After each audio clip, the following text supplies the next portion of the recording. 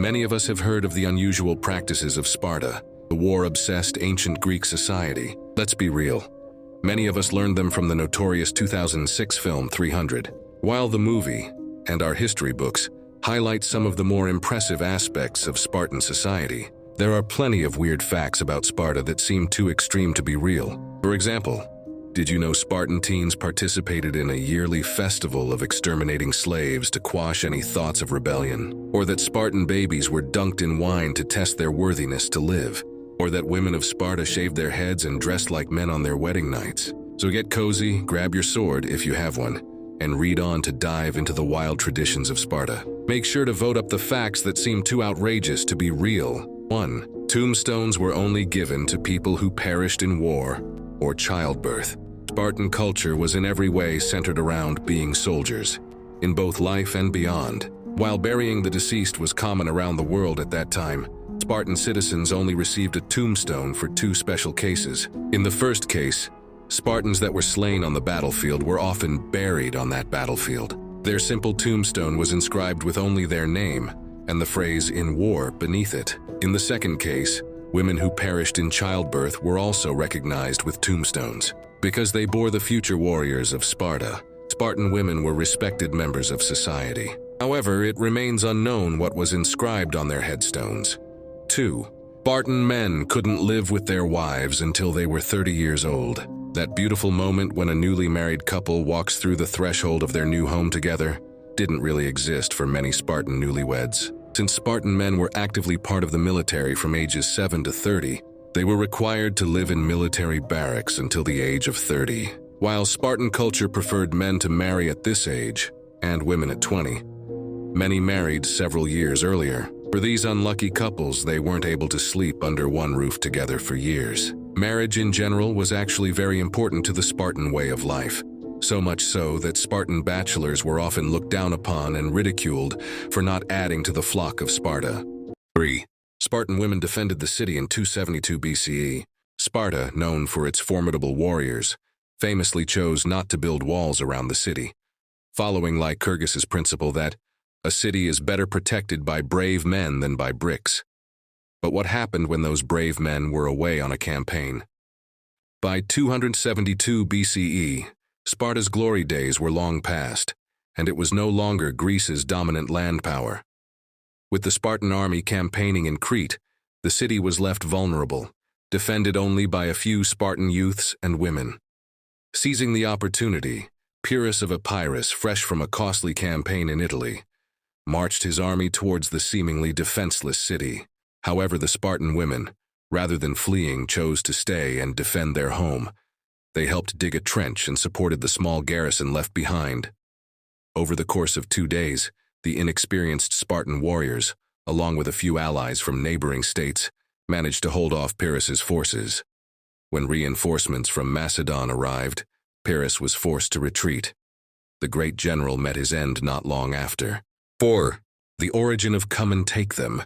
One of the most iconic Spartans was King Leonidas, famously portrayed by Gerard Butler in the movie $300. Leonidas, according to historical accounts, led a small Spartan force against the massive Persian army. When the Persian king Xerxes Aphrodite demanded that the Spartans surrender their weapons, Leonidas boldly responded, "Come and take them," a phrase that has echoed through history. Another memorable exchange from the same battle occurred when a soldier remarked, "Because of the arrows of the barbarians, it is impossible to see the sun." To this, Leonidas, or his soldier Dienekes, replied, "Won't it be nice then, if we shall have shade in which to fight them?"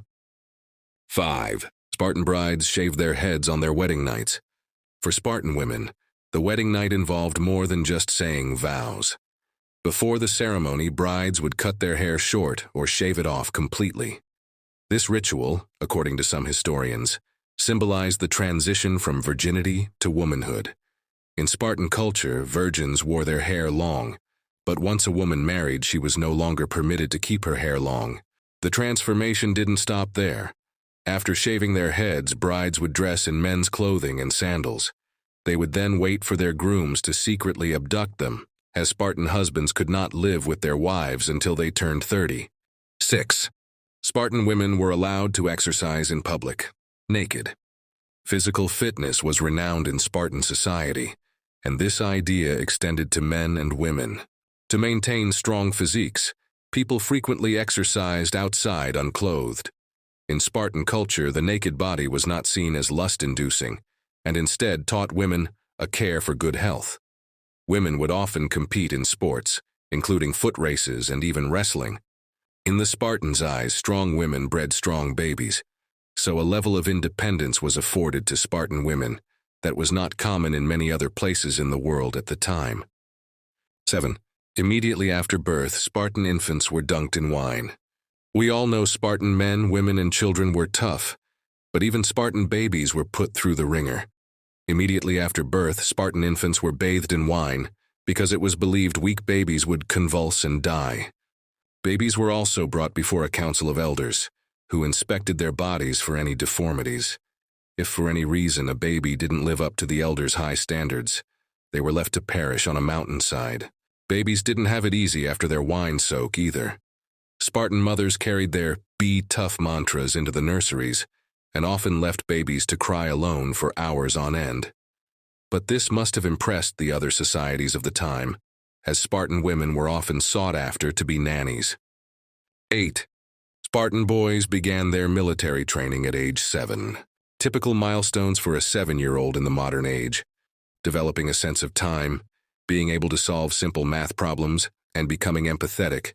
Typical milestones for a Spartan 7-year-old: learning how to wield a sword, living away from parents, and stealing food. Spartan boys were taken from their parents at the tender age of 7 and thrown into military training. They often competed in physical and violent mediated fights with other boys, and were flogged if they didn't live up to expectations. This included being punished if they were caught while stealing food, which they were told to do. And if they cried while being flogged, they were punished again until they could bear the pain in silence. At 12, the boys were sent out to the wilderness with nothing but a cloak and expected to fend for themselves. If they survived this experience and their training altogether, the boys joined the Spartan army at age 20, where they remained reserve soldiers until reaching the age of 60. 9. Spartans annually declared war on their slaves and exterminated the strongest ones. The poor helots really couldn't catch a break. In addition to doing all the laborious tasks for the Spartan society, every year the Spartans declared a Hunger Games-style spree on the helots. The Krypteia, young Spartan men who had just completed their military training, were encouraged to slay as many slaves as they could, especially the strongest and fittest. This yearly terror showed the helots the dominance of the Spartan force and quelled any thoughts for uprisings. Ironically, since the helots constituted such a large portion of the Spartan population, 7 helots to every 1 Spartan, there was still always fear of an uprising. This fear was a driving factor in maintaining the vigorous military way of living for the Spartans, which created a vicious cycle. 10. Spartan citizens were entirely warriors, so manual labor was done by slaves. Spartan citizens were not sympathetic to those they conquered. The term helots was given to fellow Greeks, mostly from Laconia and Messenia, that the Spartans enslaved. Since a Spartan's focus was always on being a soldier, the helots did most of the unskilled labor in Sparta, including being farmers, domestic servants, and nurses. Life was hard for the helots. The Spartans could be cruel in their treatment to their slaves, forcing them to become extremely intoxicated, so they would act a fool in the public areas of town. The Spartan men would then ridicule the drunken helots and use them as examples for their sons on how not to behave. 11. Sparta had 2 kings at a time. The Spartan political structure was unique from most other Greek societies at the time. Sparta had a dual kingship, or 2 kings that ruled together at the same time. The kings did not have unlimited power, but were balanced by an elected board of ephors and a council of elders, who were all over 60. There was also a general assembly of citizens, and over 30, who elected said officials to their positions. 12. Spartans may have used iron rods for their currency. Iron rods seem a little less convenient than coins, right? But Plutarch does make a good point about using awkward-shaped currency.